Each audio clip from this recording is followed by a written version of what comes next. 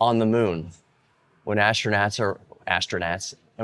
are walking around on the moon, I've heard that the moon dust is actually extremely abrasive, very Yes. fine, very abrasive, and it was actually something that needed to be contended with in future missions, and they did the best they could. We had sample.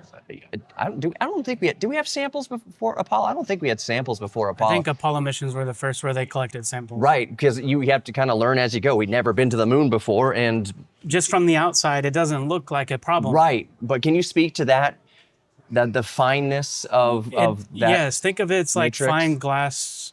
It's very, very powdery. It might feel soft, but it can actually be glass-like texture. Right. So one thing that is interesting that we've now kind of delved more into in the last, gosh, I don't know how many years, but the geology of space, astrogeology. So there are specific people that are studying like geology of space matter, in particular the moon and samples we've collected of meteorites and things like that. So the Earth is made of space stuff. Right. As they say, Yep. humans are made of space dust. So everything that we have on our planet is from space. So we match what is found out there, but in just different forms. Right. And so, like, for example, gold.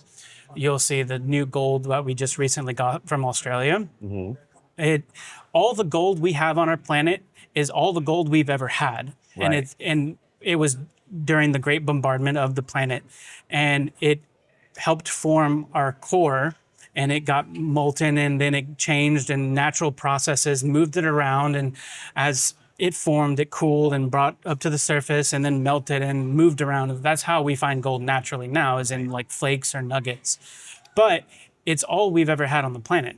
And so very much stuff we find naturally here can be found in its elemental form off planet. And so studying moon dust, we see the same type of material here on Earth, but just different. And so with that, it doesn't have the natural processes that change it, like wind, water, snow, sun, things like that. So it's a lot more abrasive. It's not eroded, it's not weathered. Right. So it's sharper and abrasive, and that's why it's very much different. You think of rocks and pebbles in the river. Even Nice sand. and cement. It's all smooth. You look at sand under a microscope from a river or a beach. It's very smooth.